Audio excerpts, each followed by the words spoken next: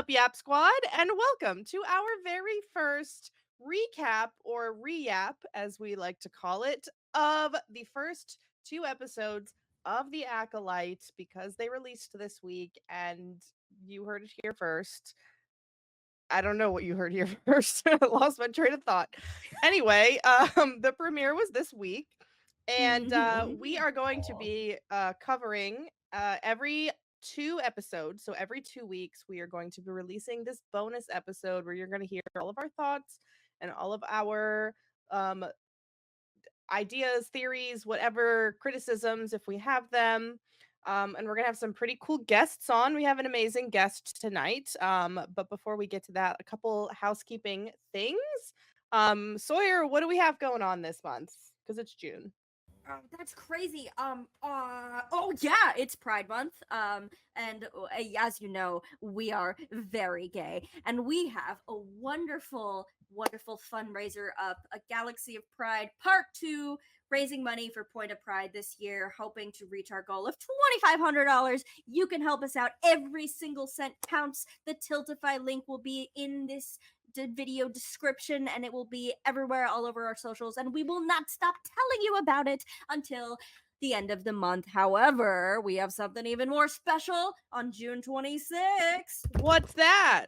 Oh my god, it's the Star Wars Spelling Bee, the first of its kind. I think we're going to have some amazing creators going toe-to-toe with their spelling skills to spell Star Wars words, and it's going to be so much fun, and it's going to be a fundraiser event, and there are going to be really cool prizes that you can win if you are there and you help us reach our goal of donating to this wonderful organization. So keep an eye on all that stuff this month. Follow our socials if you aren't already. I think now it's the time that we can jump right into it. So our guest tonight, I knew when we decided that we were going to be doing Acolyte recaps that we were going to have them on, because they are the president of the Acolyte fan club. Very, like, since its creation, or since its announcement. So this has been, years now that they've been talking about it. So we were like, we got to have them on. Everybody welcome Natacia. Hi. Hello. Thanks so much for being here. We're so excited. Oh my God. Thank you for inviting me. I'm excited to do this. I have so many thoughts. It's going to be hard to contain in this one conversation, but I'm going to do my best. Okay. Oh, but before we get started with our conversation, we all received something super, super cool for being super, super cool Acolyte fans from the Star Wars Lucasfilm themselves. And I think we all brought it along. At least one of the things. We all have our fancy Acolyte blankets sent to us in a package from Star Wars. So thanks so much, Star Wars. I've never gotten anything like this before. It was awesome, and I'm so glad that I saw so many of my friends get it too. So soft. It is so soft. It is so unbelievable soft, and it's really big too. Mm-hmm. Yeah. I'm always very impressed by the quality of these packages that I see that Star Wars in particular sends out to promote their shows. Yep. They're always like really thoughtful, and I like that. The Acolyte in particular, I don't know if, I guess the intended audience is supposed to be a little bit older because of its content. So I feel like the things that we got were a little bit more like adult-like. Like we got this really cool herbal supplement thing that's supposed to like help relax you. And we got like a cool wooden ramen bowl, and we got ramen and a bunch of cool stuff. So I love it. When I was recording my unboxing, which I've never done before because I've never had a need to do it, so I didn't even know what I was doing, but I was like reading the description because the card asks you to specifically mention the brand Apothecary, and I was like, I don't know, because I love my red wine, and then I took it out of the video because I was like, should I say this on TikTok? I don't know.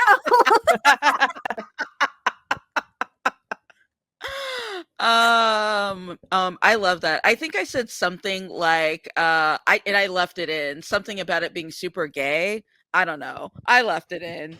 I mean, we saw that video that they interviewed Leslie Headland and Amanda Stenberg and said like, this is the gayest Star Wars, and Leslie and Amanda were like, yeah. Yeah. I guess it is. Y'all. So Here before we we jump are. into Yeah. our recap of the episode, we are all also big consumers of the High Republic book content, literary content. So we wanted to chat a little bit about. I'd love to know, Natacia and Sawyer, and we'll all share how we all got into the High Republic. What is our favorite High Republic story? Favorite character? I'm gonna shout out another podcast, RuPaul's Pod Race, and I will just say that I was listening a lot to their podcast back in, I want to say, 2022, 2021, 2021, and I they just kept talking about the High Republic, they and like Light of the Jedi and all those books. And I had kind of gotten off of reading Star Wars books for a while. I have read so much of Legends, and I'm so excited to kind of talk about Legends connections to this. But I just was feeling like, okay, I'm really curious. Like, you're really making this feel like a gay paradise. So let me check out these books. And yeah, I picked up Light of the Jedi. It was 3 summers ago. I couldn't put it down. I read the whole thing back to back, like, one day. I was absolutely in love with it. I would say, in terms of characters that really call to me, there's so many, but I think, like, I want to in particular shout out Kiev Trennis, who is that is my I girl. That love is my girl. Eve. That's my girl. Shout out to the comics. I've Um never had a comic book make me cry before, and the first issue when she gets knighted made me cry. I was like, Tears. So "What magic is good. in this?" Tears. Unbelievable. And I would say I feel a closeness to the character of Comac. And Mhm. also, you know what? Lately, Avar is really speaking to my soul. So I would say, like, maybe those are like my top three at the Mhm. moment. Yeah. How excited for Temptation of the Force are you? I don't even think there are words to convey. I am I am going to be in a state of disrepair. I want to take the day off of work. Like, I want to like I might actually just need to take 2 days off of work. Who knows? But I am very excited. I have high expectations, but I know that they will not be let down. But yeah, I'm excited. Can't Avar and wait for the Elzar. yearning. The Yeah, yearning. yeah, and the payoff, let's be honest, that's really what I Please. Sawyer, what about you? How did you get into the High Republic? So Light of the Jedi was actually the second Star Wars book I read. I read Revan, and about a week later, The Light of the Mm, Jedi came out. And the circles I was running in, everybody was like, "Oh, aren't you going to get on board? You're getting into lore. Like, you gotta stay on it while it's coming out. It's fresh." And I was like, "Okay, I don't know." Like, I was interested in the story of Revan, and I picked that up. I actually read Revan before I played KOTOR, which is weird. But I really loved that book, and so I was like, "Oh, okay." I didn't realize that Star Wars books were so big and so prominent, and there were so many of them. So I picked up Light of the Jedi. I went to the store, or to Barnes and Noble, with Hannah, and we went and we bought it. She never finished hers, but I finished Still? mine immediately. I ate that shit up so fast. I was like, just blown away by how vivid the storytelling was, and how every single character, didn't matter if they were on one page or 100, they were so fleshed out, yep, so real. And just that opening chapter in Light of the Jedi was unlike anything I had ever seen in Star Wars before. And I was immediately hooked. I, of course, read them all, and have been enamored, but also in deep pain ever since. yep. Um, Correct. um, but and then I read the comics, of course, and I guess we're saying our favorite character. My favorite, Elzar Man, is one of my favorite Star Wars characters of all time now. I really deeply resonate with him. I love my silly little horny Jedi. Um, He is that. yes. He and Avar, that's yummy. And as much I'm gonna say Markion. I hate Markion Ro. I hate him. He's terrible. I think he is more evil than Emperor Palpatine. I have said that since day one. I persist. He is that. He came out of left field for me. I don't see things coming very easily in media, and so him being kind of this clunky, uninterested dude for most of Light of the Jedi, and then you get to the end and you find out that really he's been scheming this whole time and he knows a lot more than he's letting on. I think he's one of the best written villains in all of Star Wars. I think he is evil and disgusting and kind of hot, I guess. But I was also a day oneer. I've been excited about it. I credit friend of the show, Darth Chaco, for my love of the Star Wars books. Back in 2020, he was one of the first like Star Wars creator mutuals that I made, and he invited me to this Star Wars book club that he was doing. And so the first book that we read, the first Star Wars book I read was Lost Stars. We read Dark Disciple, we read the Thrawn book, we read a couple others. And then Light of the Jedi came out, and it's so different from the other Star Wars books that I've read, but at the same time felt so familiar. And it was so, if you have not read Light of the Jedi, the first like 15 chapters leave you like on the edge of your seat. Like it's crazy. It's so good. It really gets you hooked. I think my favorite book is probably still The Rising Storm. The Rising Storm or Tempest Runner I really enjoy as well. That's a I think good one. they're both by Cavan Scott, I realized. I think I just really like his writing style and his prose. But like Lorna D is also a character that like really spoke to me when I listened to the audiobook or the audio drama.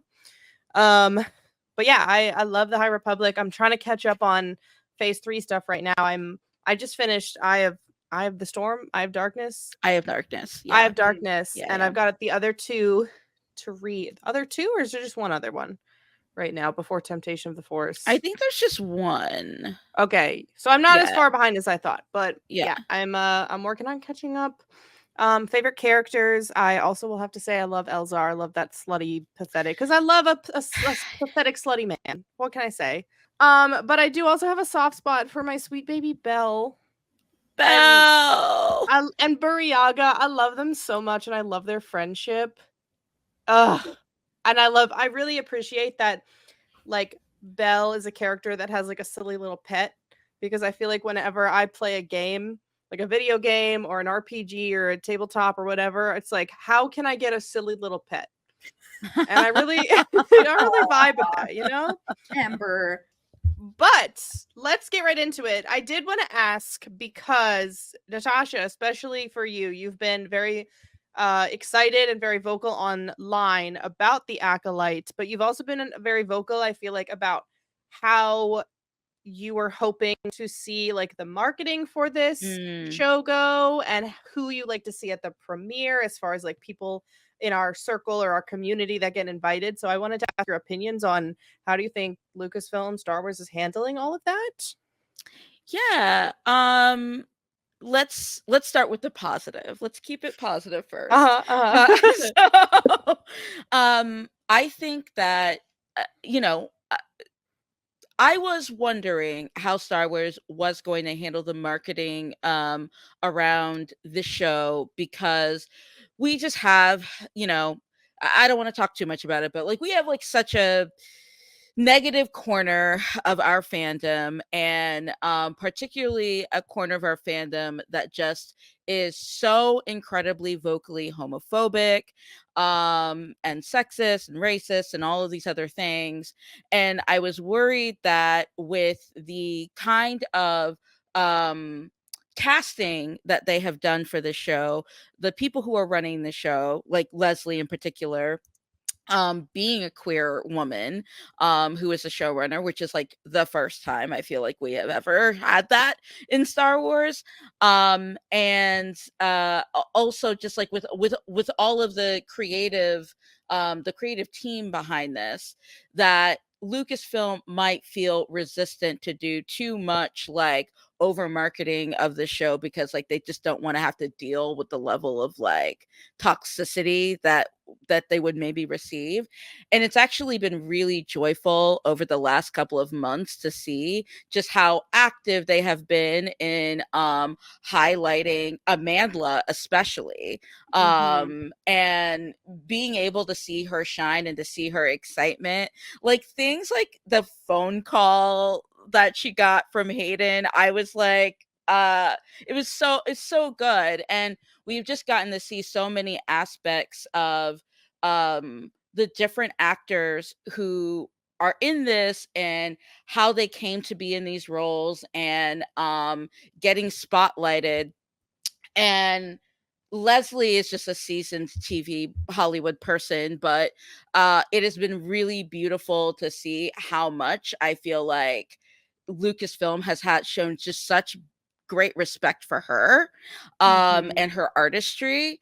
And just, I think that they have actually done a really great job of being really engaging, and presenting the show in a way that feels like it is honoring the legacy of Star Wars, but also really wanting to bring in like a new audience and knowing that this show has the potential for that, unlike a lot of other things that have come out of Star Wars TV shows recently, because of the fact that this is a High Republic. And while a lot of us are High Republic girlies and have been reading the books, a lot of people haven't really Mhm. engaged with that. So for a lot of people, this is a completely new, untapped world of Star Wars. So I think that Lucasfilm, Disney, they have actually been like beautifully invested in highlighting the newness and Mhm. like and all of that. So I've really loved the kind of efforts that I've seen online, all the TV spots. I will be honest, I kind of stopped watching the Mhm. previews at a certain point because I was like, I want to kind of go in a little fresh. But I just think that a lot of stuff, and also like with knowing that the Phantom Menace's anniversary was this year, and finding a way to weave that in to Phantom Menace was also great. So anyway, those are all the positives. Awesome, awesome, awesome. Now in terms of the premiere, I think it was like really beautiful to see creators there. I'm always happy to see any Star Wars creator at these, like in these spaces, if I'm going to be totally honest, because like I think that a lot of people bring a lot of great positivity, a lot of great discourse. And I guess like one more positive thing, just seeing all or most of the authors at the premiere too was Oh, yes. so incredibly important to me. Mhm. And I think I had posted like, I think like 4 months ago, I was like, I don't care who is at this premiere, but I better see those authors there. I don't Mhm. care, like they better be there. So I was really happy about that. I would have liked to see more like black, and brown queer creators there. And looking at the audience or the creators that were invited, or at least the ones that came, it was, I'll be honest, it was disappointing to Mhm. not see that there wasn't more of a reflection of what we're seeing on screen. Because, like, if we're Mhm. being honest, like, I would say, in terms of the people that I know who engage with the High Republic and who have been so completely excited and on board for this, it has been a primarily femme, black, brown, and a very queer audience.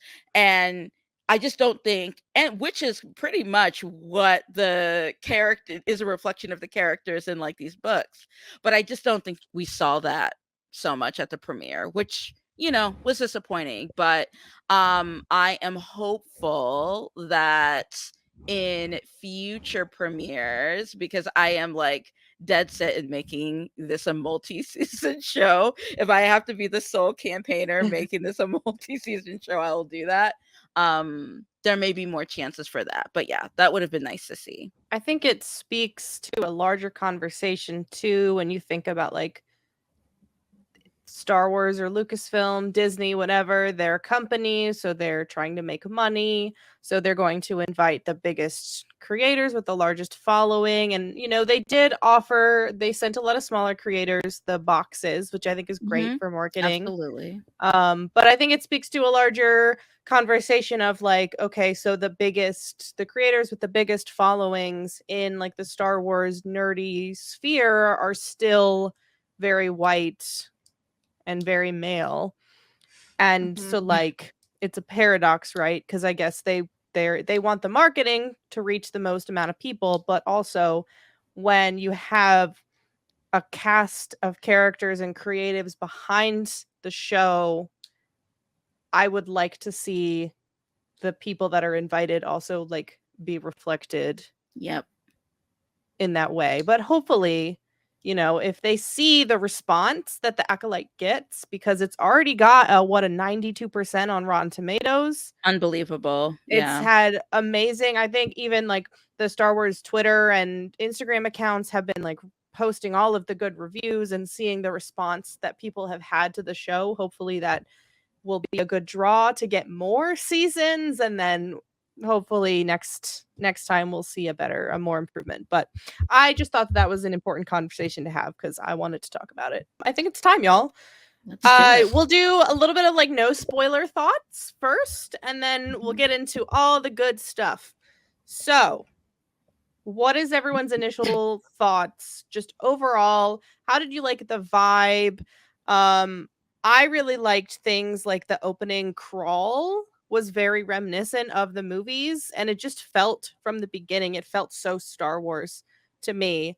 And I know a lot of people are going to make comparisons to Andor because it has this like darker, more Yeah, serious tone. And I loved Andor. Andor is amazing, and there's a place for a show like Andor in Star Wars, but it just didn't give me that same like campy Star Wars feel. And this is kind of giving me both. And so I'm really excited about that. Yeah, I would really agree with that. I think that this show does such a good balance of really hitting those like really like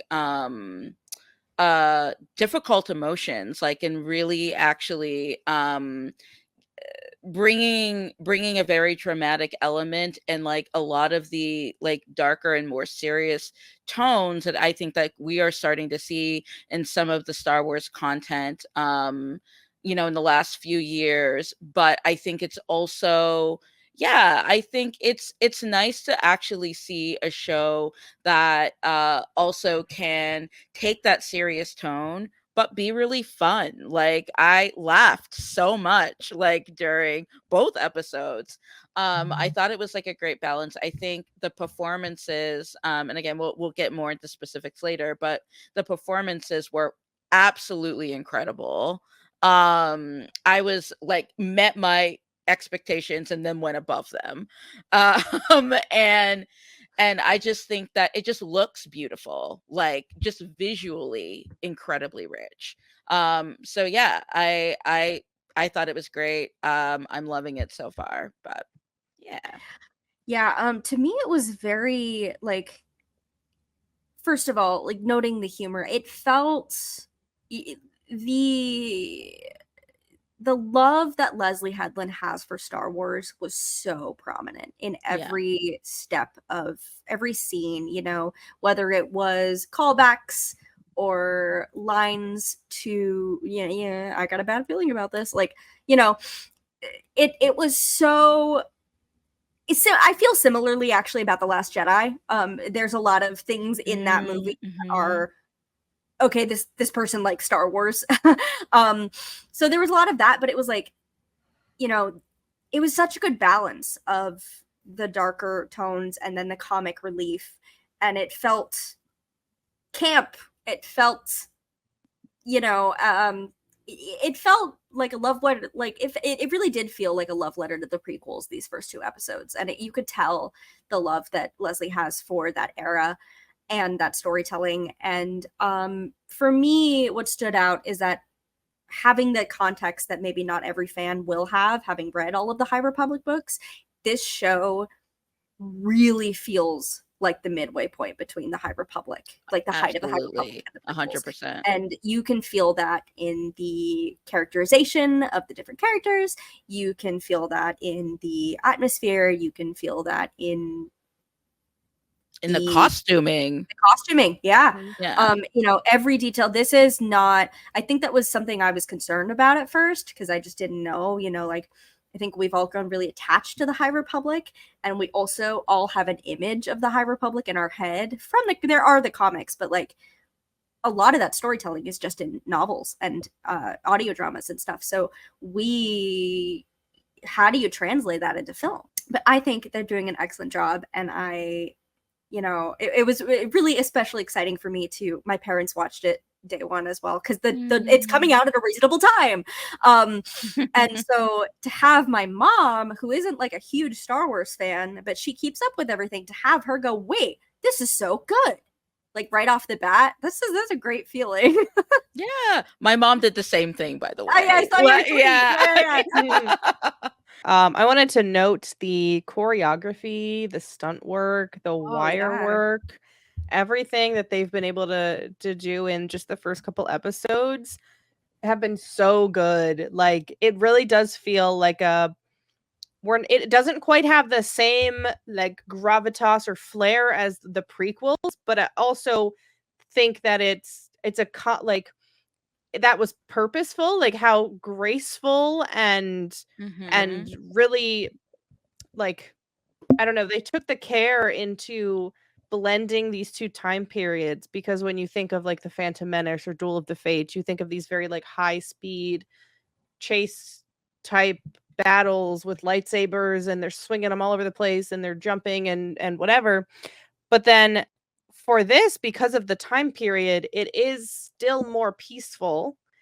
And I think over time, from what I've gathered reading the High Republic and just kind of inferring from these first two episodes, is that they really advise against or tell the Jedi that your lightsaber is your last resort, especially in that very first scene with Indara's fight with May. She doesn't get her lightsaber out until like the very end. She chooses to rely on her skills as a Jedi and using the Force against May instead of the lightsaber.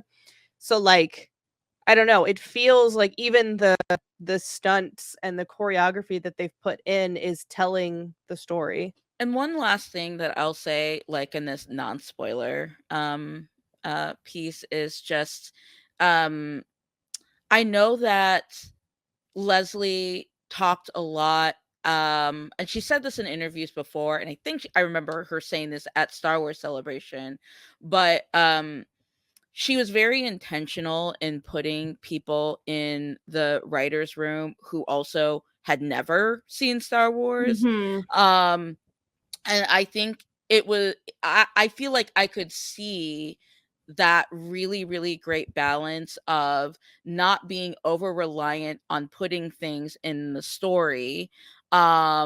Because like you already know that people are going to get it. Like you're like, you just have an expectation of like a Star Wars fan watching this and already coming in with a certain amount of knowledge.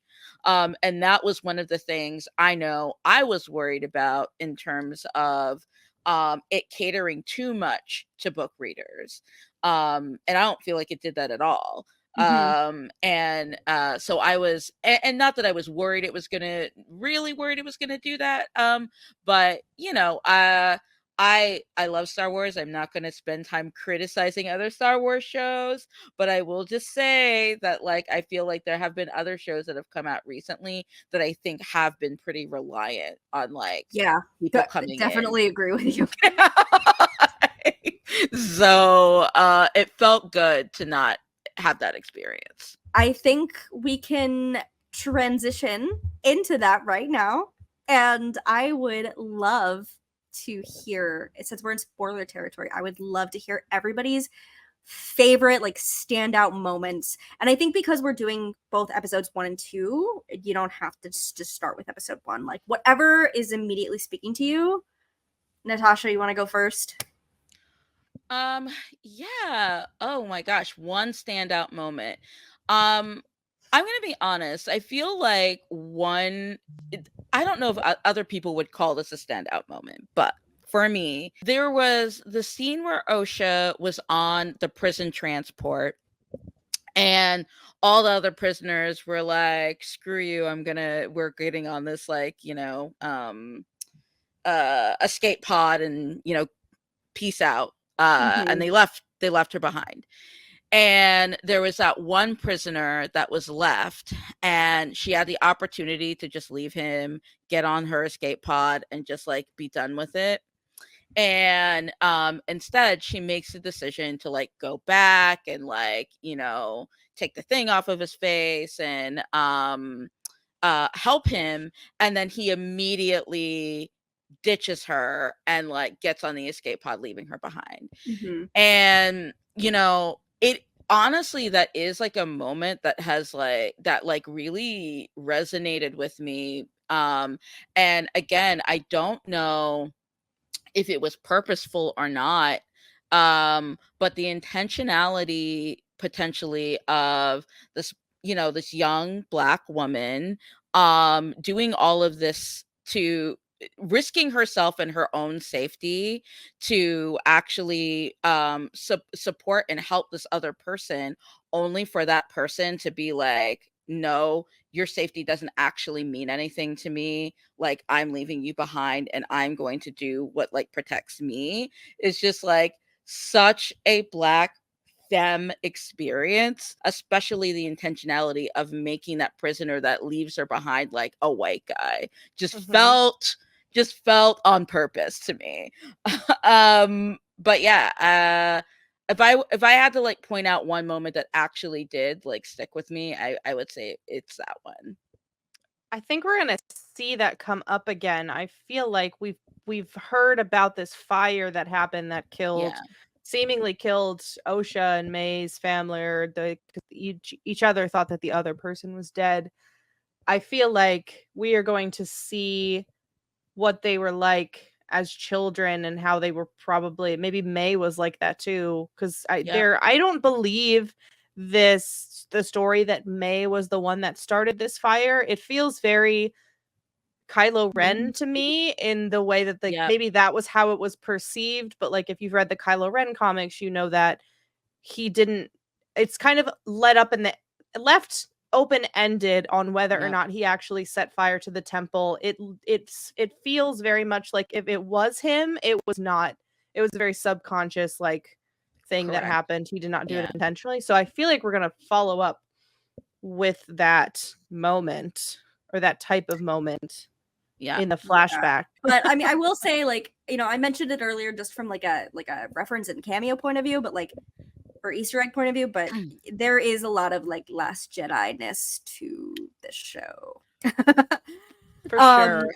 Favorite moments, that sequence with May versus Soul was really, Oh, really great. The incredible. choreography, but also Yeah. the conversation. I am having trouble, like, I'm just sitting here thinking about it. Who is my favorite character? The characterization is so High Republic. It is just masterful. Every single one of these characters, but Soul and the way that he interacts with Osha as almost like a fatherly figure, even though he was her master. And he carries that through to how he interacts with May.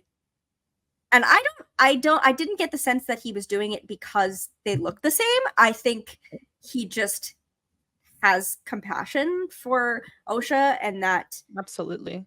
translated into Osha's compassion for her sister, who she's just found out is actually not dead.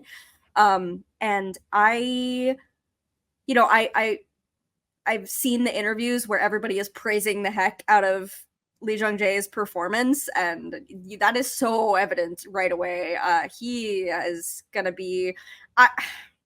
I am worried for Master Soul, but I have a feeling that I'm gonna hurt very badly after this show. Speaking of Soul, I would like to say something, because I listen.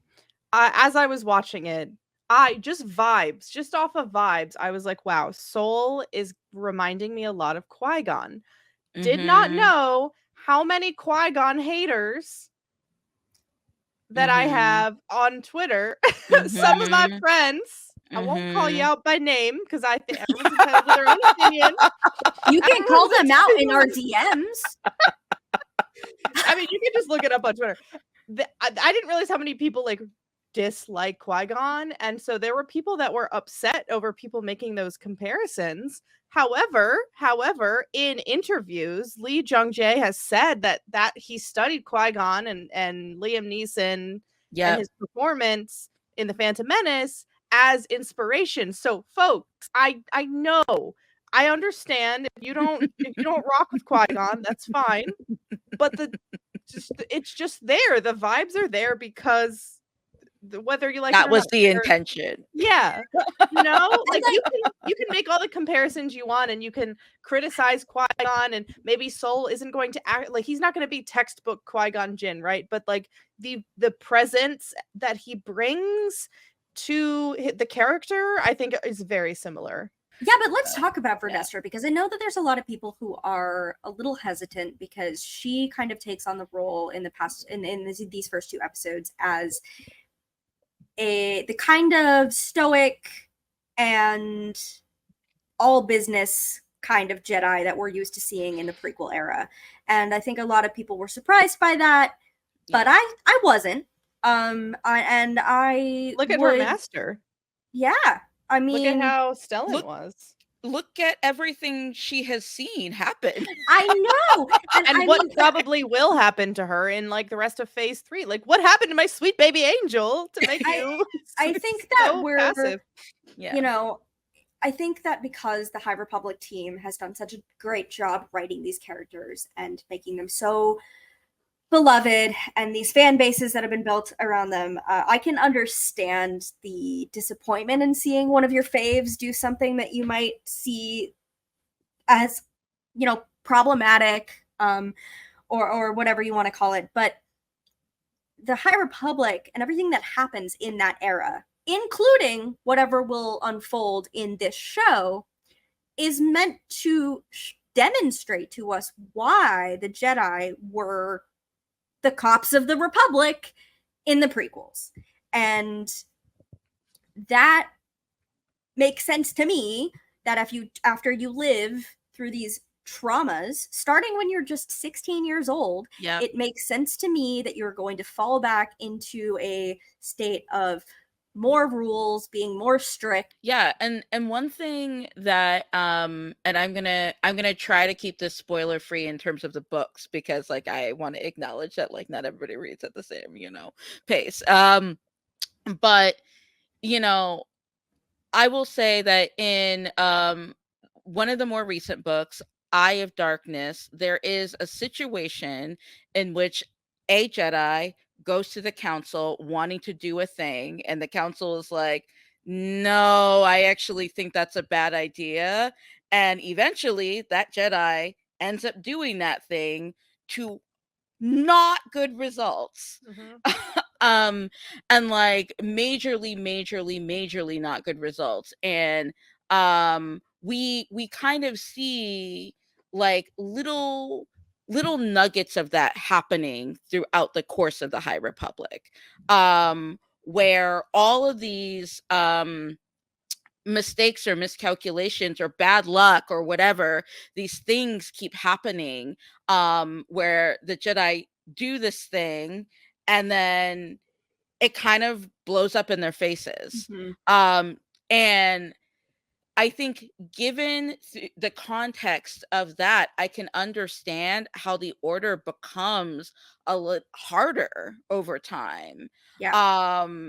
It is a trauma response. That is like what is happening here.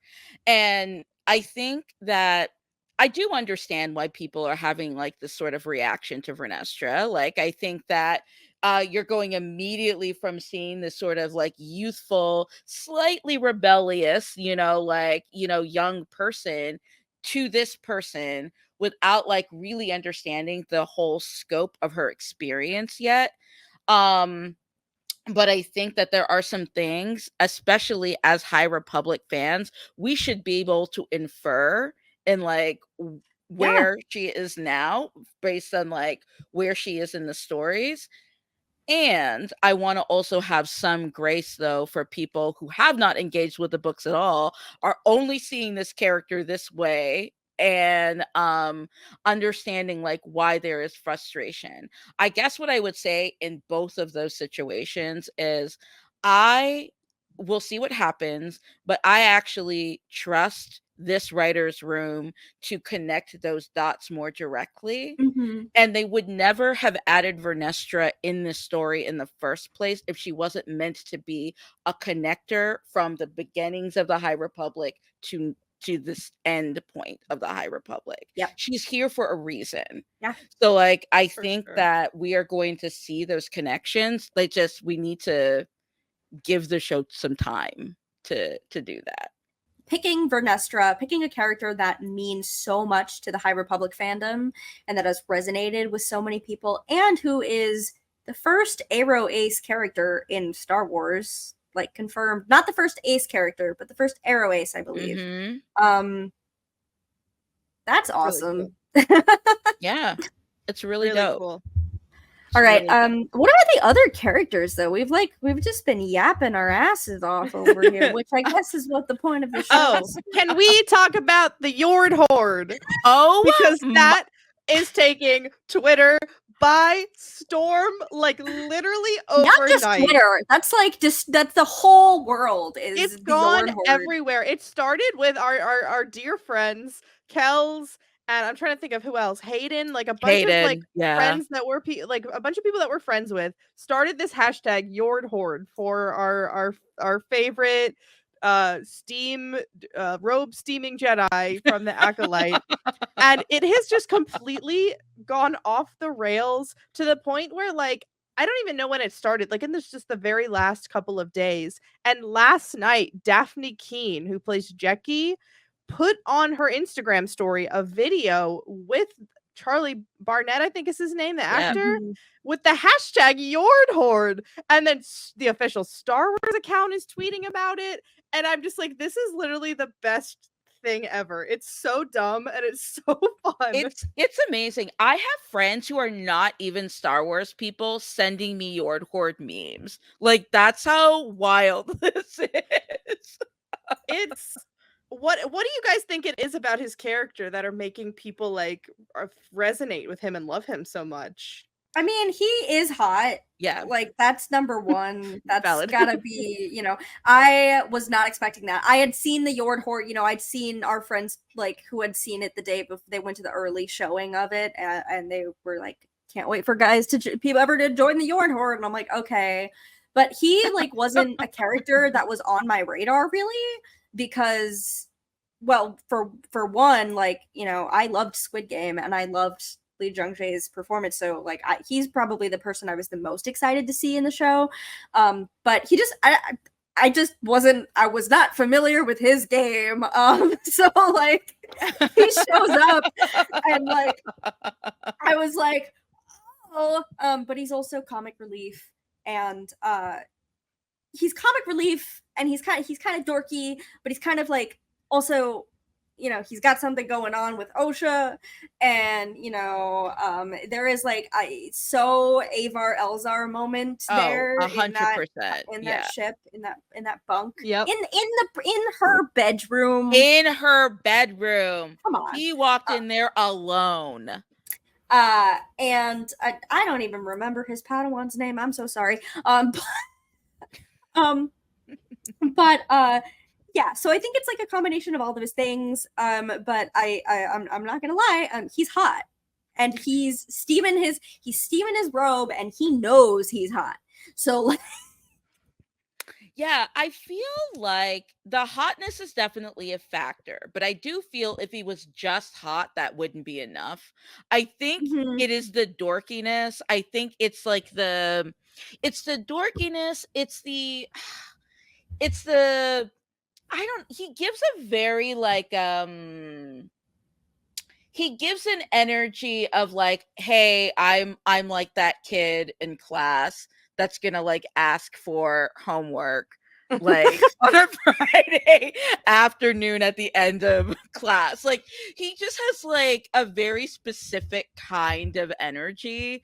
Mhm. But he's just so funny too. He gives that sort of like, again, like I was saying, like the show just has like a really good balance of like the like emotion and the campiness. And Mhm. he just in and of just like as a singular being Mhm. encapsulates all of that in one Yeah. person. Yeah, I'd agree. Yeah. He seems like very, to me, like the more I've sat on it, he is like he's an Elzar Stellan love child. Oh, Like, yeah. Um, Correct. and as soon as the scene with Osha happened, but then also the scene where he has his shirt off, I was like, okay, yeah. I know where this is going in my brain. I love how his character and Jackie's character like kind of play off of each other. I feel Oh, like I my love first thought, Jackie. maybe like this is just my neurodivergence like projecting onto them, but I was like these are just like two different flavors of autism like talking to each other.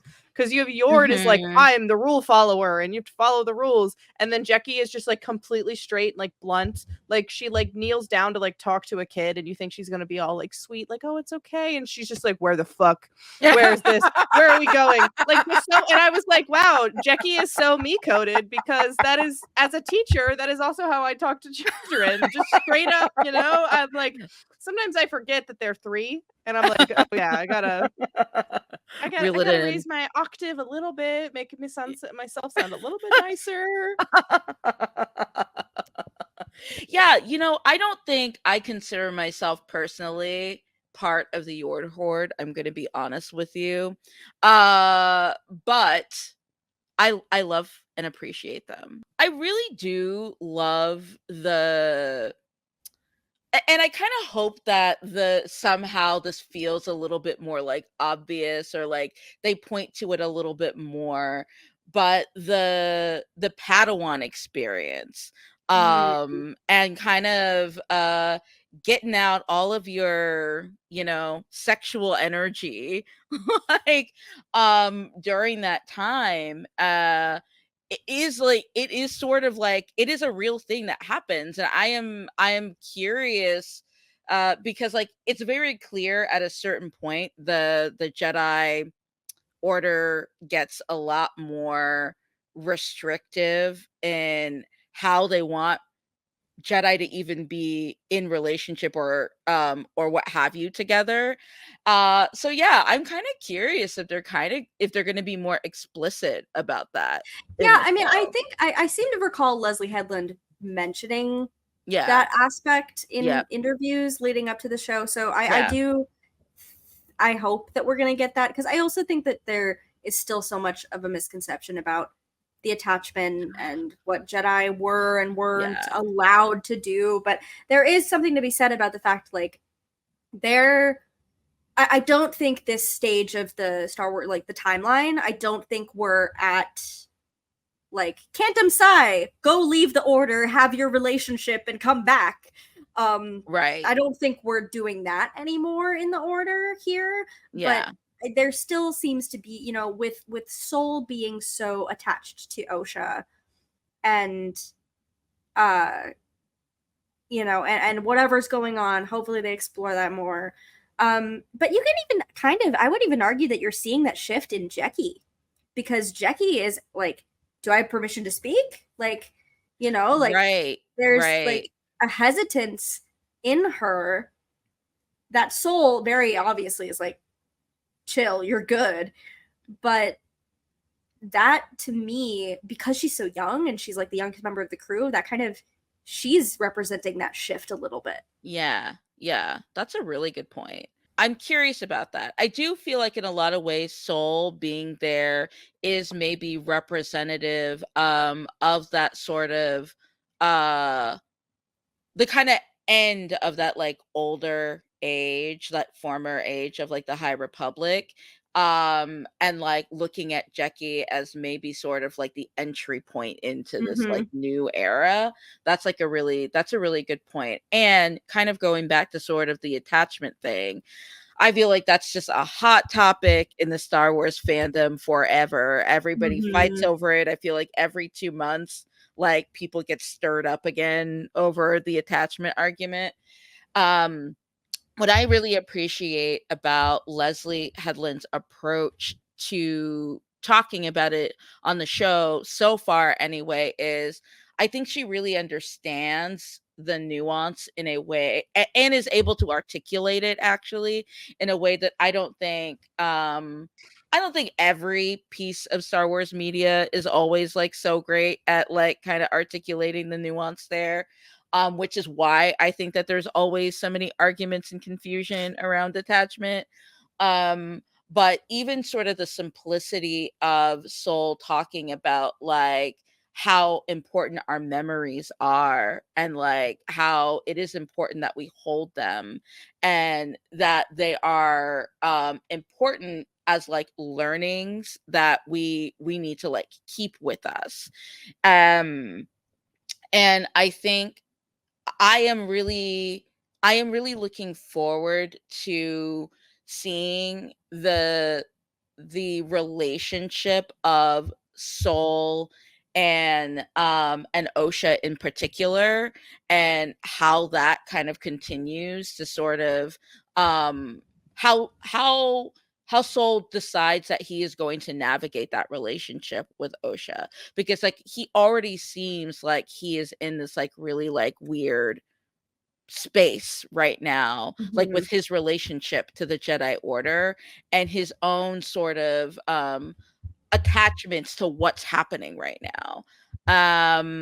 But yeah, I think that this is like a long overdue like sort of exploration that they're having, and that's gonna lead us all also into sort of the larger conversation about like the Jedi and who they represent, like what they represent in the galaxy. Which I think is going to be, we're going to have a lot of people who do not disagree or who do disagree in the fandom. I would like to talk about the twin kind of reveal, Mm, because that was something that was mostly kept out of the marketing. yep.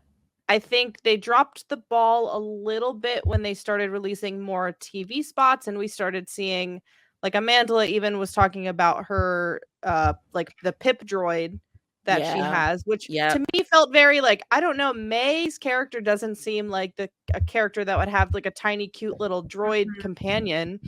And then I think like even Funko Pop released like some Acolyte pops, and there was a it said like Amanda would always say that I'm playing the character of May, but then I think Funko released some like previews of Funko Pops, and one of them said Osha, and even on the some of the trailers, if you have the subtitles on, it would say like May and Osha, and so Yep. then people started speculating about the twin thing. I love, however, that Amandla wore two different outfits to the premiere and like Yeah. That changed. was brilliant.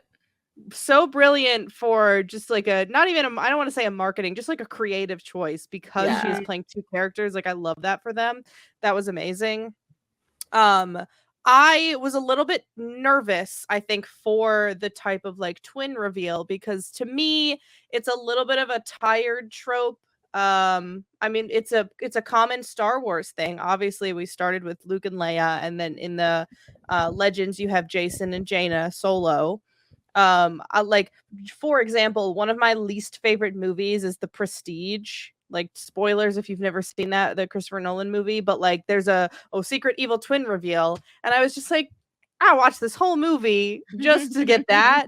Pretty Little Liars did it, you know? I'm just like, if they can do it right, and I think they are already, they're not like, they didn't save it for like the end of the show, or like, oh, just kidding, there's been two of them the whole time. They kind of got it out of the way right in the beginning, and now they can play on the relationship between the two characters. So I think that they're headed in the right direction. But I wanted to hear your thoughts on did you guys expect that? What do you think about it? I will say, so I had mentioned earlier, at a certain point I really started avoiding some of the marketing and Mhm. not watching like the I think like really it was only that initial trailer, and then Mm. I think like they showed us like the first like 5-10 minutes or whatever it was Mhm. like in the Phantom Menace Yeah. thing. But other than that, I have actually avoided seeing anything. So I was totally surprised. Like I Oh. Okay. didn't like yeah. I uh I did not know that they were going to do that. And um I I was actually relieved that it was like a twin thing because um at one point in the story when we see the big fight where Master Indara is killed, and Mhm. then it shifts to Osha being on the ship, and I was concerned that there was like some sort of like, oh, like she has like another personality, or like Mm. or like or like there's something closed off where she doesn't know that she's doing these things. Like Mhm. I thought like it was something like that, and I was like, I don't want to see anything like Yeah. that. So Yeah. I actually was like relieved when it ended up being like, oh, it's just like another Star Wars twin. Okay. But you know what? I am very interested to see where this goes. And I think that this is a good point to transition into kind of our last thing that we wanted to focus on, which is like theories. Now that the show is out and we have content to go off of, and we, you know, the marketing has been very gung ho about, oh, it unravel the mystery. And I think the mystery was never who kills the Jedi. The mystery is in what happened in the fire, what caused the fire, Mhm. and why is May going after these four Jedi specifically, but also what's going on with the twins, because something's going on with the twins. So, you know, there's already been on the line of some theories that are brewing. I guess the first question would be, do y'all think that Osha and May are a dyad? Yeah, I mean that is it's a very popular theory, and it feels so obvious that I'm almost like, ah, like maybe it's something else. It just feels like too obvious to me. Um, but it would also just make a lot of sense. And just because something just, makes the most sense doesn't mean that like that's not the thing that's happening. Um, or that there isn't a way to make it deeply compelling. I think that there are a lot of things that are pointing us to them being a dyad. I think the way that their memories are so hyperly linked together, I think the way in which they're able to kind of connect with each other like through the confines of like space and time, right? Mm-hmm. Like I there is something there that feels so specifically like um pointing to like a dyad.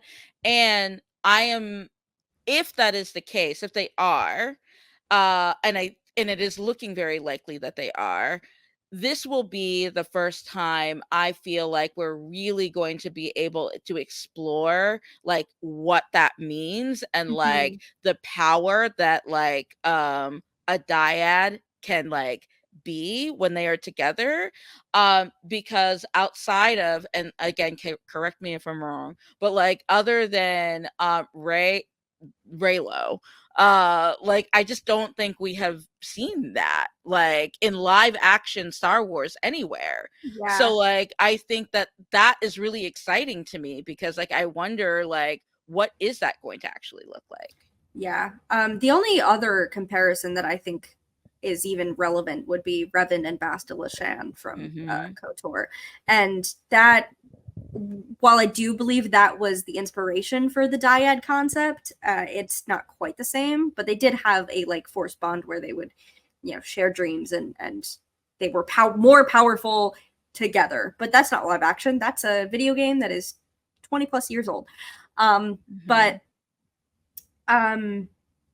yeah, and I think that if/when the story goes down that road, I think that since we do know already that Palpatine was trying so hard to create a dyad, and this is before his time, I could see however this dyad, say it as a dyad, we're calling it a dyad. I am curious to see if that ends in a way that is advantageous to the Sith, that it would be introduced to Palpatine when he becomes the apprentice of Plagueis, that he would I see there being a connection, possibly. Yeah. I didn't think about it that way until now. I didn't until just 5 minutes ago, and then I felt so smart. Yeah, no, that makes a lot of sense. So I'm not like attached to the idea of a dyad, them being a dyad. I see a lot of the connections and a lot of the same like imagery that was used with Rey and Ben in the sequels. And so I can definitely see that there are strings that are leading us in that direction. I think my only, and this is just a personal preference, I like the idea that a dyad is like two people that come from like completely different backgrounds that have like never met each other before, are tied together in the Force in that way. So with May and Osha being twins, that kind of like takes away from that. But and I also see like Luke and Leia had such a strong Force bond that they could like find each other, right? Because we see in Empire, Leia was able to just find exactly where Luke was. Which that's not to say that they can't still be a dyad. That like that's just my personal like what I enjoy a lot about the idea of the dyad. If we're comparing like Rey and Ben, and then the only other comparable thing that we have in Star Wars media would be like Revan and Bastila, who are also two characters that like met each other through these like destiny kind of situations. But I love that idea that it'll tie into the history of the Sith somehow, with Palpatine creating this dyad. And I know there are people that aren't going to love that, because there are some people that just they don't care enough to like have any threads that connect back to the Rise of Skywalker and like why Palpatine was able to return. Like I totally get it. I understand. But I am someone who would love more connective tissue between like all of these timelines, and bringing it all the way up until like the farthest in the timeline that we have right now, which is the Rise of Skywalker. So listen, all I have to say is those people clearly do not remember Triclops and Ken Palpatine from the expanded universe. Oh my god. Other theories. Yeah, I want to talk about the fire. Like that is like that is just burning in my mind so much right now. Yeah. That's gonna be an edit.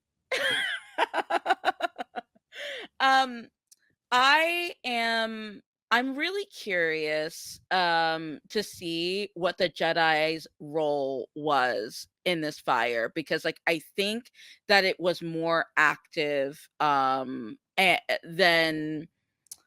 they definitely play a role, and I'm not saying that the show isn't like leading us in that direction, but I do not believe that May was responsible for that fire at all. Mm-hmm.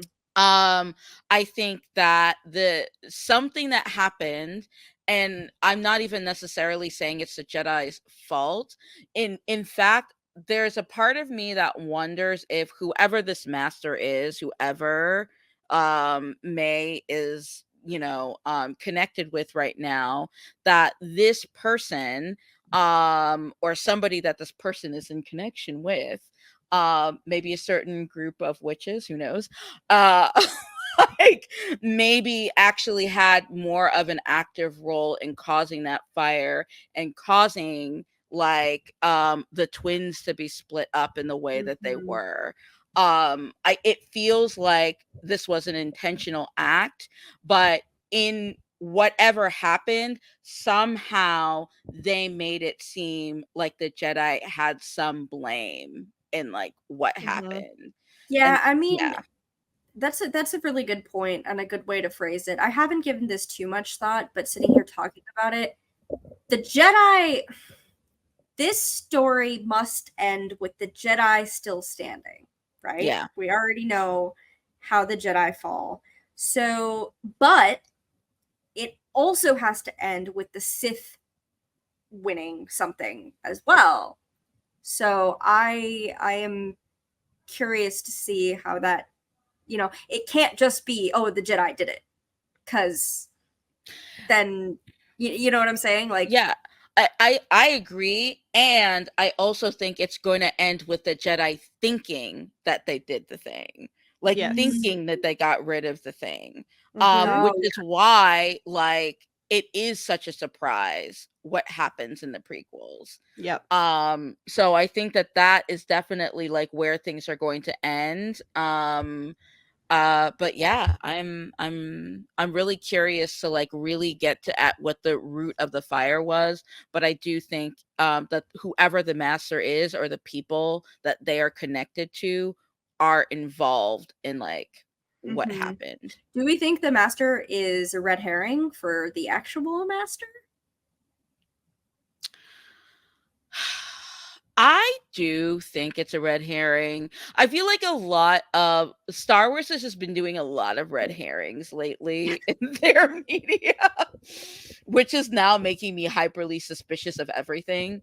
Mhm. But it also just seems so early and obvious, and like we're not seeing who this person is.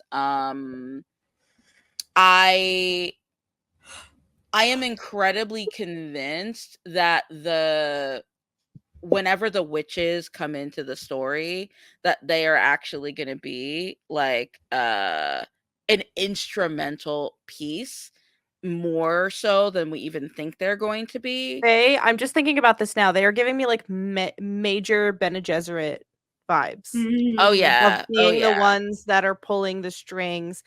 And like I didn't see this until someone posted about it on Twitter, but the character that Jodie Turner Smith is playing is like they're calling her like Mother Anastasia or Hmm. Anastasia, which is Osha's last name. So I didn't even put it together. Yeah, That's probably their fucking mom. And I was like, this yeah, is crazy. And also, I don't know if yeah. you guys noticed this, but when May and Soul have their fight, and May is like she gets knocked down to the ground and her hair's kind of like pushed out of the way. She Oh, has like like a spiral the tattoo on her marking. forehead, Yeah, which is the same spiral that we see on those witches' like hands yeah. or arms or whatever. And I'm like, there's got to be more to this than we're seeing so far. I want to I'm point putting out on my too. tinfoil hat because I'm about to say something crazy, but Oh my continue. god. I want to point out, like, I'm so intrigued by this event and what happened, because none of the Jedi that May has faced so far that we've seen in the last two episodes seem to be very surprised to see her. And Yeah. even Yeah, Corbin, I can't remember the actor's name, but Tommen Baratheon's character even said, like, I've been waiting for you. And yeah, then he would rather fucking die yeah. than face like the consequences of whatever he thinks he did. Now, like we said, do I think the Jedi are going to be like 100% responsible for whatever happened? No, but they're obviously the reason that he is even in this position is because that's what he thinks happened. And I'm so like intrigued with like how dark are they going to take this, you know? Yeah, and Kelnaka, like, also it's just it feels like pulled a Luke Skywalker and was just like, "I'm out of here." I'm out. Yeah. He I see was to people me calling just him doing. Shrek. Oh, what? I see people calling him Shrek. No, When he he's can't giving get out of me. their swamp. Okay, listen, I understand that you did not finish KOTOR, but in KOTOR, you go to Kashyyyk, and in the Shadowlands, Oh, I did. in I that. did meet. Oh, you did meet Jolie Bindo. I think so. I Okay. got that Well, yeah, far. you go to the Shadowlands, you meet this guy who lives in a fucking tree, and it's Jolie Bindo, and he's a Jedi who's mad at the Order, and he's a grumpy old man. And when Kelnaka came out, and he was like, I was like, Leslie Headland is a KOTOR stan. Like, that's so Jolie Bindo. But I put on my tinfoil hat because this is what I'm gonna say. The mother, they're calling her the mother. Okay, who do we know is the mother from Phase 2 of the High Oh, Republic? yeah. Okay, Mhm. obviously, great. Okay, the Path of the Open Hand, awesome. Yeah. The Path of the Open Hand has the 3 lines on the 3 waves. Great, cool. That becomes 3 lightning strikes, and that becomes the Nile. Awesome. These people are clearly involved with the Force. I don't know how. Mhm. I think these people are remnants of the Nile that have some connection with the Force, are perhaps leaning more towards the Path of the Open Hand culty type situation. Yeah. Recognize when the twins are born that they are a dyad, and they have set this whole scheme up, and it's all because of that. Yeah. They're Yeah. manipulating the Force. And the other reason I think that is because Leslie Headland has cited Kreia as one of her major Sith influences, and Kreia wanted to make the Force her bitch. And, like, okay, I'm done with my tinfoil No, hat I now. love it. No, I love it. Yeah. I'm seeing it. I'm seeing it. I mean, as a person who constantly defends phase 2 of the High Republic, I am loving this.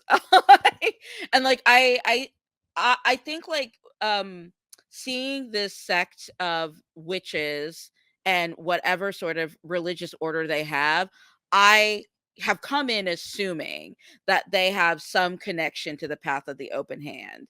And like I think honoring that heritage all the way back to that period of time pre-Nihil like makes a lot of sense.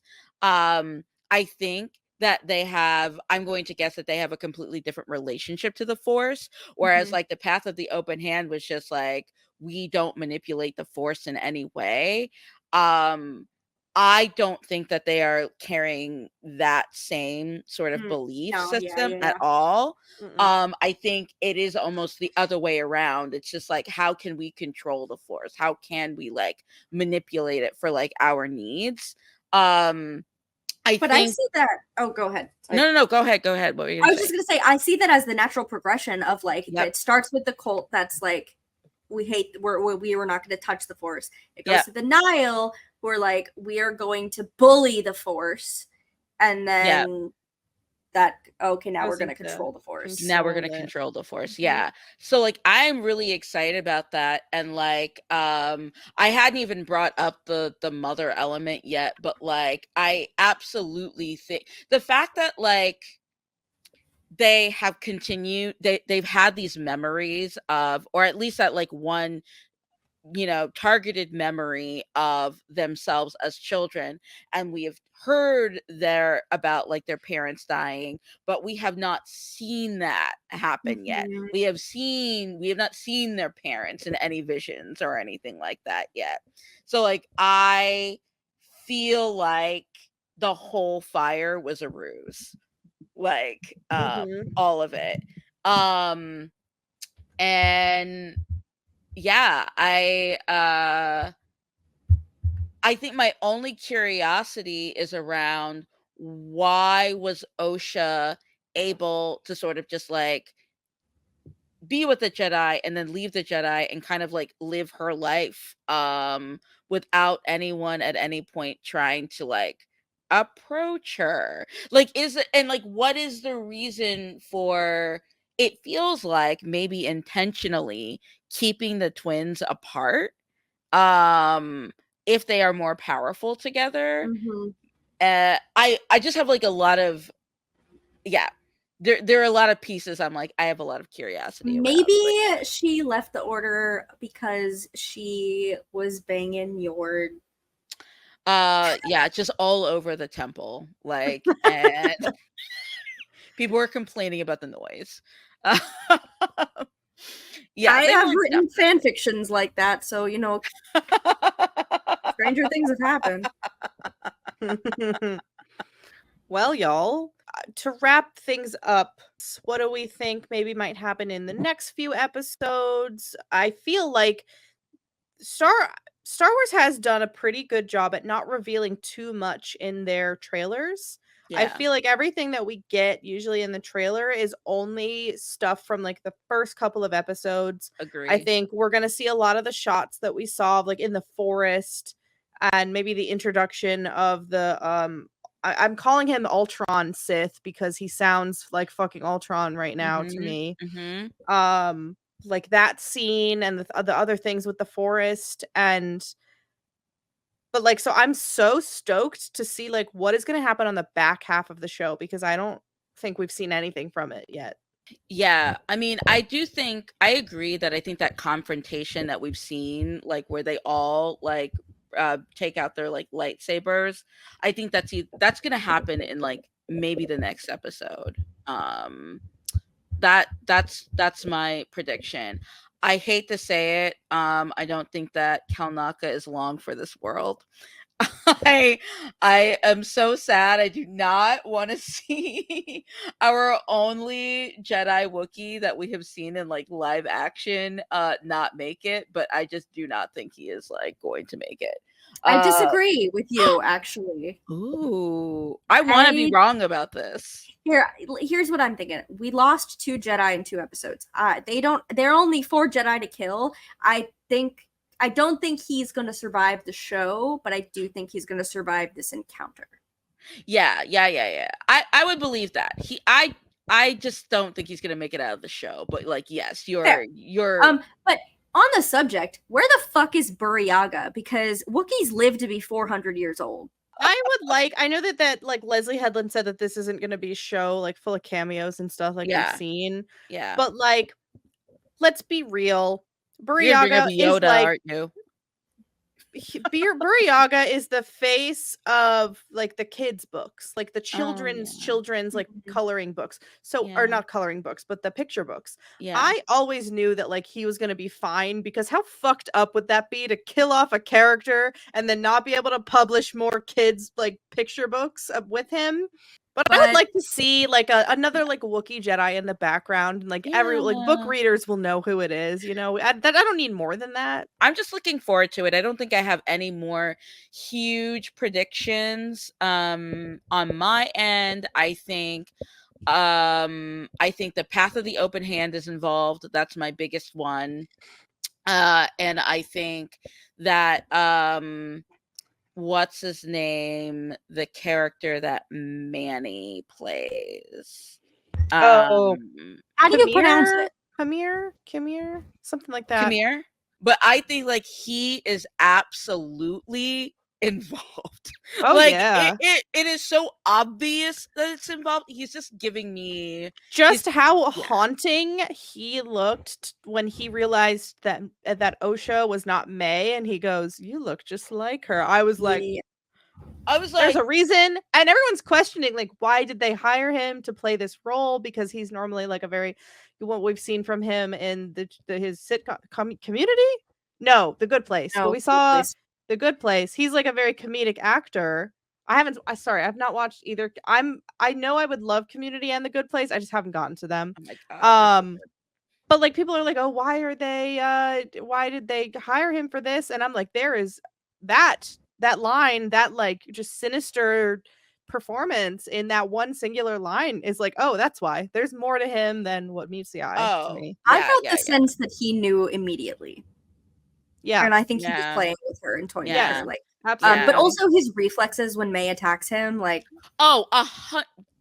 to me, if the prior scene didn't give it away, that gave it away to me because I was just like, no, you're not just some smuggler.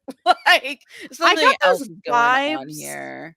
I got those vibes from the first like image we saw of his character too, because people like, oh, like this description of his character was like he's like a shop owner or like something that I was just like, I don't know. I just feel like he already looks kind of slimy. Something's going on. Yeah. Also, I mean, the fact that he knew that he was being played with, and he gave up May's location, gives me like, you're turning out to be disappointing. You're not doing what you're supposed to be doing. Yeah, Yeah. 100%. Yeah. And like even when she was just like, "Oh, it would be a good idea if you could keep this like between us or whatever," he was just like, "Yeah, sure." Sure. Like, I Mhm. mean, like there's just definitely there's a vibe there. Mhm. Yeah, he was giving me I don't know if you guys are like Rings of Power girlies. I very much am. But he was giving me Sauron in Rings of Power Yes. No, you're energy. so right. How he's Yeah, like very it's a everything he does is a performance. exactly. Yes. Yeah. And Yeah. he can put on these different characters for like what fits Correct. in the Yeah. story or what character you're interacting with. I didn't think about that, but you're so right. Yeah. Oh my god, one last thing and then this is the last thing I'll say, I promise. This is now Uh officially our longest episode, and it's supposed to be a short one.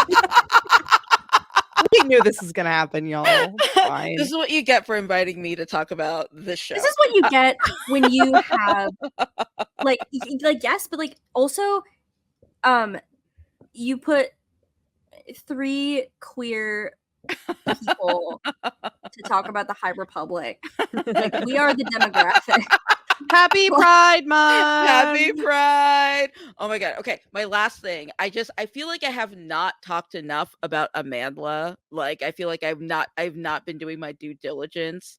I think she's incredible, but like I think in particular because we brought up the scene where Osha, engages with Manny's character, um her ability to come into a scene playing a twin, playing another twin, like, was just like the layers of that performance was absolutely incredible. And like she blew me away. Like her ability to play a character that is just so righteously angry, and like also like it, just being able to see a black femme character just be allowed to just be angry is just like my favorite thing ever. And but being able to also show so many different shades of vulnerability, depending on the character that she was playing. And yeah, her performance is just on another level. Truly Orphan Black inspired. Like Oh yeah. so good. I'm so excited to see all of the different things that she does with these performances. I Yeah. honestly truly believe that and we did see some of this recognition with Andor. Yep. I would not be surprised if we see Amandla and Lee Jung Jae in the award circuit I in this hope next so. year. Well, y'all, with that, I think it's safe to say that we all love the Acolyte. We're all big fans here in this house. We are forcing you to fangirls. like it. Yeah, we are. That's what someone said to me earlier. So But really, this I is am. propaganda. Yeah, I want the gay agenda to be real and Star Oh, did you see that one comment that was like that one tweet that was like, "Oh, this is just like gay and like communist, like whatever," and someone was Yeah. like, "You made it sound so fucking cool. Like I want to watch it more now." I want to watch that show. Yeah. Yeah. Well, everyone, thank you all so much for tuning in. We should be back with episodes 3 and 4 in a couple of weeks. If you have any questions or any things that you would like us to talk about, maybe there's stuff that we didn't talk about in these first 2 episodes that we can address next time. If you have any theories, leave them in the comments. Tag us, DM us, whatever, because we want to hear your thoughts and we want to talk about it. Natasha, you're awesome. Thank you so much for being our guest. Yeah, Can happy you to. let the people know where we can find your content? You got anything cool you're working on coming up? Yeah, honestly, just gonna be on socials talking about this show for the next couple I of love it. weeks. You can find me on Twitter, NKNAPPER, and you can find me on TikTok at NMKNAPP. So yeah, I'm there talking about this pretty much. Yeah. We love it. Thank Yes. you guys so much, and we'll yap with you all next time. Good night. Bye.